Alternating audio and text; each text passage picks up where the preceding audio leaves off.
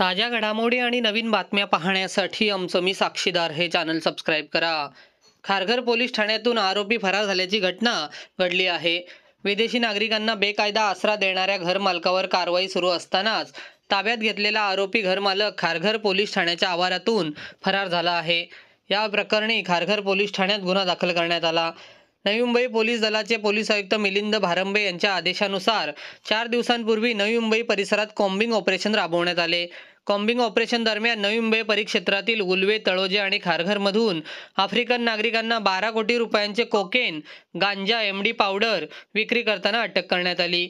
याशिवाय खारघर येथून व्हिसाची कालावधी संपुष्टात आलेल्या अन्य तिघांना पोलिसांनी ताब्यात घेतले.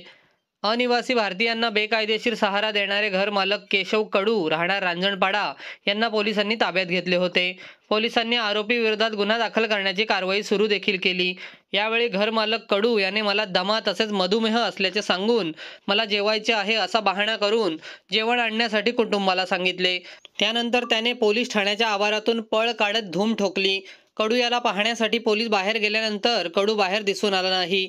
यासाठी सीसीटीव्ही कॅमेरे पाहिल्यानंतर कडू फोनवर बोलत बोलत बाहेर गेला आणि फरार झाला. या विरोधात खारघर पोलीस ठाण्यात गुन्हा दाखल करण्यात आला आहे.